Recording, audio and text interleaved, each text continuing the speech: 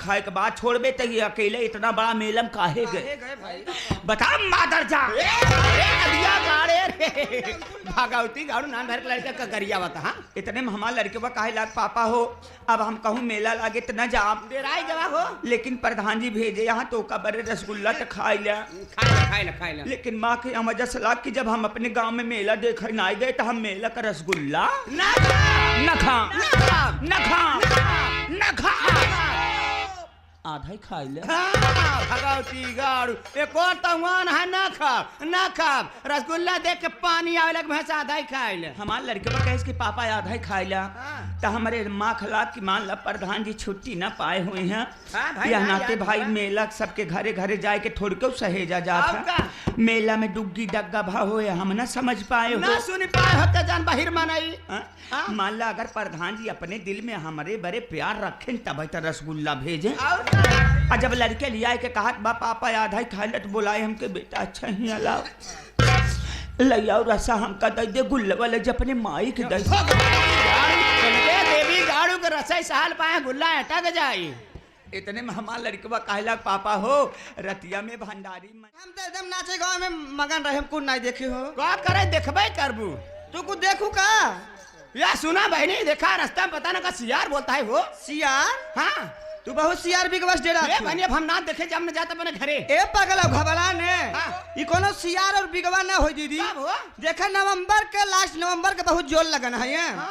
ये कोनो लड़की के विदाई हो रही बा वही लड़की खूब जोर जोर जू छोड़ के रोवत बा दीदी। अरे हाँ बहनी तू लड़की के नाम ही तो चुप हो गई हो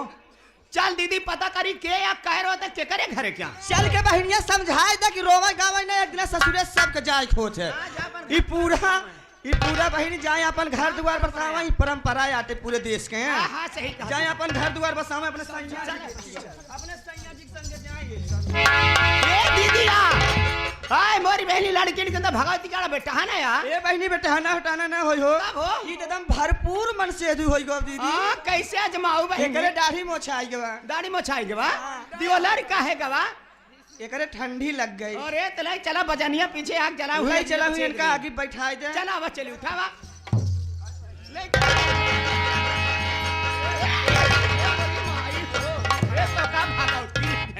नदिया गाड़े अपने बले खड़ा हो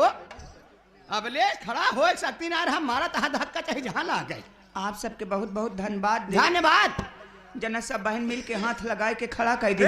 कार एक रास्ता में गिरा बेसहारा इंसान तो ऐसे बोला वैसे आप सबके पता न होए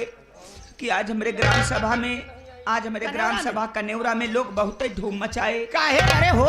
ना पता बा ना हमरे जवन मेला मालिक राकेश मौर्य प्रधान जी यहाँ हाँ नहीं मेला लगवाए। अरे बाप रे इतना बड़ी खुशी की बात है कम से कम 2 साल लॉकडाउन के बाद मेला तो देखे के मिले तो का मेला देखे खुशी होई काहे हमसे मौर्य जी से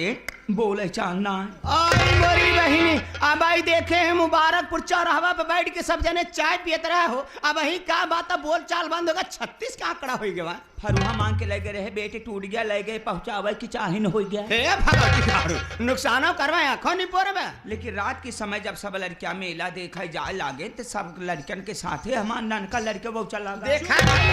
तहार लड़का तो बड़े चुलबुल बा हो ओके कितना मना करवा मानी ना जाए जरूर है वैसे मेला लड़के को होबे करा था लेकिन मानक परी जब हमारे श्री राकेश मौर्य प्रधान जी देखें कि भंडारी लाल के लड़कियां हमारे मेला में आए बा हमारे लड़के के खूब मेला में घुमाएं टहलाएं खिलौना खरीदें जब आवे लाग तो ओका मोट के रसगुल्ला खरीद दे करीबा रसगुल्ला हम लोग देख रहे मोटका कहाँ मिला थी रे VIP खोवा वाला हो रानीगंज देव दोग वाला जब हमारे लड़के में हाथे में रसगुल्ला लेके लौटा देखे हाथे में रसगुल्ला बुलाए हम के लौटे टोपी लगाए के जब हमारे लड़के में हमारे लगे आए तो उसे हम पूछे लगी हमके बेटा एक बात ही बताओ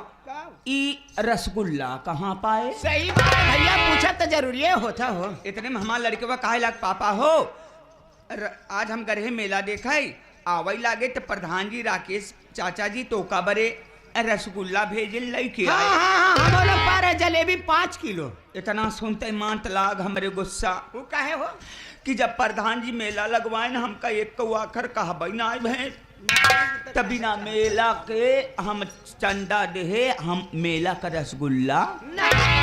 लेकिन मेला का रसगुल्ला खाए के बाद छोड़बे तो ये अकेले इतना बड़ा मेला में काहे गए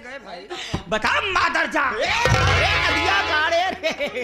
भागवती गाड़ू नान भर के लड़का का करिया बता। हाँ इतने में हमारे लड़के बा काहे लाग पापा हो अब हम कहूँ मेला लागे तो न जाब डेराई जवा हो लेकिन प्रधान जी भेजे यहाँ तो का बड़े रसगुल्ला तो खाई लिया खाई ला लेकिन माँ के वजह से लाग कि जब हम अपने गांव में मेला देखे ना गए तो हम मेला का रसगुल्ला न खा आधा ही खाई ले भगवती गाड़ू एक और तवान है ना खाब रसगुल्ला देख के पानी आवे लग भैंस आधा ही खाई ले। हमारे लड़के पर कहे कि पापा आधा ही खाई ला तो हमारे माँ खला की मान ला प्रधान जी छुट्टी ना पाए हुए हैं या नाते भाई मेला सबके घरे घरे जाए के थोड़ी क्यों सहेजा जाता मेला में डुग्गी डग्गा भाव हो हम ना समझ पाए हो ना सुन पाए हो तो जान बाहिर मनाई मान ला अगर प्रधान जी अपने दिल में हमारे बड़े प्यार रखें तब तो रसगुल्ला भेजे और जब लड़के लिया के कहा बा पापा आधा ही खाए तो बोलाए हमके बेटा अच्छा ही अलाव लइया रसा हमका दे दे गुल्ला वाले जब अपने माई के दे देवी गाड़ू के रसा साल पाए गुल्ला अटक जाई इतने में हमारा लड़कवा कहला पापा हो रतिया में भंडारी मंजीत इदरीस के नौटंकी हुआ अरे हरे हरे तो बड़ी अच्छी नाचवा हो। इतनी बात जब सुने ना तो हमसे रहाई से ना भा गए मेहरारू के लगे इशारा से बोलाए हमके बाहिर रही कार जहाँ किया बता इशारा से ना बोला इतने तो हमारे बाबू बिगड़ा थे तोर बाबू बुढ़ाई दा पर धी लगा थी कार जब हमार मेहरारू हमारे लगे आए ना तो उसी हम कहा लगे कि सुन 100 रुपया उधार दे जाते नौटंकी देखे भिया ना तो जाप कहूँ चाइला साइला फारब तो जमन 150 पाउ तो का दई दे सही सोचा बच्चे उधार में पानी नहीं पड़ा लेकिन इतने में हमार मेहरारू कहर बकरे भगवती गाड़े तोरे लाश शर्म तो लागत ना है अरे कब 150 कमाई का हमका देबो का थे रोजाना मंगवाई करत है हमरे लगे पैसा ना बा और ढेर के परेशान कर बना तो ललकाई बोकरी बेच के चली जा नहीं हरे लौटबई ना भले चली जा तो हर सब खराब हो गया हम तो होते लल की करिए उजर की पियर की सब बेच दे। इतनी बात जब सुने न तो लाग हमारे गुस्सा कि अगर आज हम नौटंकी देखे कनेउरा ग्राम सभा में न जा पाओ तो आज लड़कियां दूध रोटी ना पहले तू ही बतावा नौटंकी देखा तू न जाए पावा लड़का काहे दूध रोटी ना पहिया हो पहुंचे देखे दुआरे बोकरी बांधी रही लागे गुस्सक मारा बोकरी के ब्लाउज खोला अरे वो करे हे हरामी पहले तई बता बोकरी कब से ब्लाउज पहने लग रे अगर हम अपने बोकरी के ब्लाउज ना पहना इतना तो बच्चे दूध होवे पी जात ये बहनी भजो थैलिया सी के पहरे बड़ा हरामी होशियार बा इतने में तो हमारे दिमागों में याद आ गया अच्छा भैया हाँ बकारे भगवती गाड़े एक बात ही बताओ तई रोजाना जाए के नार बे नौटंकी देख के आवा थे और दिन में खाए के चाचा फैला के सोवा थे तोरे रहे न रहे कौनो मतलब ना कमन दिन हो तू मरमरा जाता तोहार चार के काने हचकट की मरमरात की माटी चली जा दहिलार कनाती लत मरुआ भगवती गाड़े पियना रे तोहर मेहरा थबड़ा मेल गाड़ी है कि पीना का भाई रे अरे पियना का बात छोड़ा हम कह सुन ज्यादा टिबिल ना कर हम अपन पैसा ले के बाद में गए पहले नौटंकी देखा अच्छा नौटंकी देखे के बाद में पंचाओ हम पहुंचे पहले ठेका पे देखा थे ठेका एकदम खुला रहा है पहले हम सोचे कि 10 बजा है नौटंकी होत बा थोड़ा एक पाव ले ले मूड बन जाए अरे वाह भाई अब एक पाव लीन तो देखा थे कि बगल अंडा की दुकान खुली बा पहुंचे दुकानदार के लगे हमके दुकानदार भाई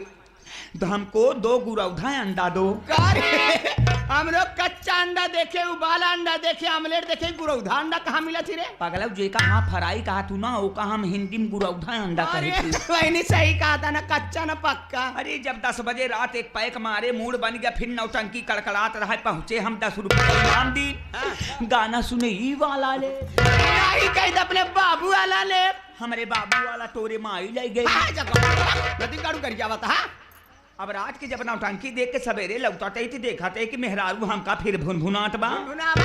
पहुंचे के करे दुल्हनिया का बात है जब हमका देख के पिटर पिटर करा थे इतने मेहरारू कार बा बोला जी फिर आज ले गया हरी दाल बेच के फिर नौटंकी देख के आवा था तो सही रहे न रहे कौनो मतलब ना अगर तू असिल मन से हुआ तो आज जा चला जा दिल्ली 2 पैसा कमा के भेजा इतने में तो हमारे लागता हमके सुन मन से ना तो का हमका बीच वाला समझा थे अजाय वाली ताऊ ना दे दिल्ली बम्बई आजा जा लेकिन मजबूर रही हमारे लगे किराया पैसा ना अगर असिल मन से तू हो तो ले आओ दे हमका पैसा आज जाब हम दिल्ली दे मन से अरे लब कहवा भाई कहाँ लब का जाता है रे पहले तो ही बताओ जब मसूद रहते क्या रहे पता ही नहीं नदी कहीं तो गाड़ो पता न बहु भगत इतने हमा मेहरारू ताव में आज निकाले से रुपया हमका 200 का नोट थमा देस कहाँ बा कहे सलाब ये किराया के ले ले जा हुआ कमाया तो अपन राशन पानी भराया सही है बच्चे सही है अब जब पैसा पाए ना तो हम लागे महारानी चाय के झोलम सामान पैक करे वाह भाई अब तैयारी के लिए दिल्ली जाबा मनबा ना इतने में हमा मेहरारू 2 रोटी एक अचार लेके हमरे लगे आए हम शिकायत सुना करैला के पापा हे रे अब ले हम लोग मजाक समझते रहे करे तोरे पूरे लड़कियां यहाँ लड़कियां हाँ। साल भर हमार बियाह भाई होई गए 3 लड़कियां के बाप ही अरे मोरी माई करे कौने योरे से पैदा करे साल में 3 लड़कियां रे 87 की एवरेज माना हे 90 नहीं भगवती गाड़ू हो जहाँ पलटी ना गाड़ी कई महीने में भाई रे बात ऐसा है कि 2 लड़का जुड़वा पैदा बहन एक लड़का मेहरारू नैहरन से लेके ओए आए मोरी बहनी तरह ना भाई तक वहां लगुआ हो हमार मेहरारू काहे सुना करैला के पापा जाता है रास्ता में भूख लगती है अचार खाए की रोटी चाट ले है रोटी अचार खाए पानी पी ले है समझ गए कि मेहरारू मयाद बचला न जाबे तलागे भतार छोड़ कर गोकार पहुंचे स्टेशन पे टिकट कटाए हाथे में तो टिकट बाबू से कहे टिकट बाबू तोहार गाड़ी तो लेटी बा नहीं रे ओ लड़के सोई गई देर सारे पागल टिकट बाबू कहने बड़ा सिग्नल हो गया है गाड़ी आ रही है तू जा प्लेटफार्म के प्लेटफार्म पे अब हम वही प्लेटफार्म पे खड़ा हो के लखात है गाड़ी गाड़ी गाड़ी सोचात है कि आवे आवई तब चढ़ी आवे आवई तब चढ़ी आवे आवई तब चढ़ी पे चढ़वा भाई गाड़ी भाई तो गाड़ी के नाम लेवा कर भाई एकदम देखे कि वहाँ झुक झुकात की आवाज फूलपुरा पहुंची है आवती है फूलपुरा चली जब देखे कि वह आवाज में आती है सोचात है अब खड़ी हो तब चढ़ी अब खड़ी हो तब चढ़ी अब खड़ी हो तब चढ़ी काव खड़ी के पे चढ़ मेरे गाड़ी भाई गाड़ी का नाम हमार मुंह टूट जा भाई लेकिन ताजो को बात यह है कि पूरा चली जात बा खड़ी ना हो जब 2 डब्बा रह गए गाड़ी को दूर जाए खड़ी हो गई हम पहुंचे गेट के लगे पांव लगाए 2 दाएं हिलाए तनिक जगह पाए जगह हम तो कोनो गाड़ी समझ में आवत है यहाँ बोल अंदर गए प्रेशर में रहे तो प्रेशर डाउन हो जा जान ले अब अंदर जब जाके देखा थे कि सबके सीट लग बाई गई अकेले हम खड़ा भाई हम टिकट ले रहे एक जने के पास पहुंचे देखे थोड़ के जगह बाकी रहा है पहुंचे के भाई साहब अरे आपके बगल में जगह है बैठ सकती हूँ सोचे है काट मोचैया मेहरारू आई गई तनी कैसे खुशकिन तो कहा था yes please you come sit down बच्चे तार सम्मान करे समझा लात बड़ी तेज गुस्सा यहाँ बात के ला कि इसी साले से हिंदी में बात करा ये साला इंग्लिश में जवाब दे तो हमारे हिंदी के बलात्कार करते बा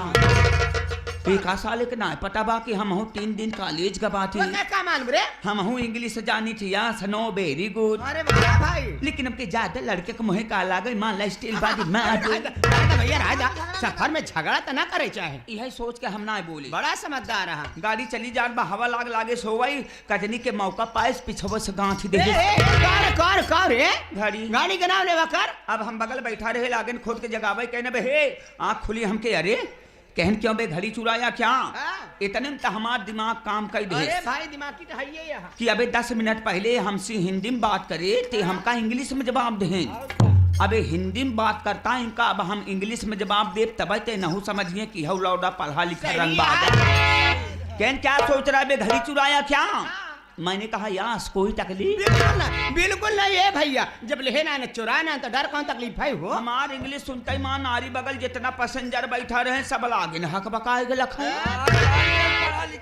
हम समझ गए कि यहाँ बोगी में हमसे ज्यादा पढ़ा लिखा क्यों ना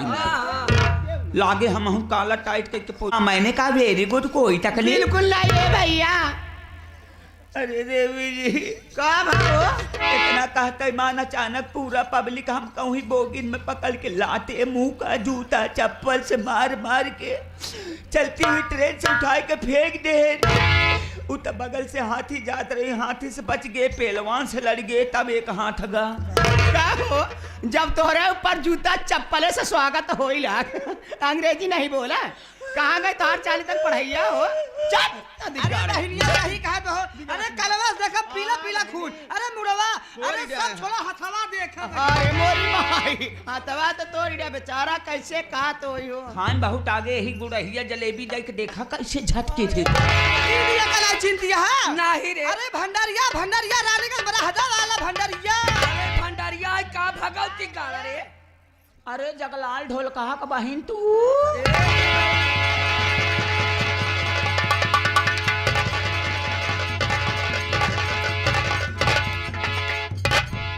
ऐसे लखा कहाँ जाने लील ले जाए नहीं तू ली जाबू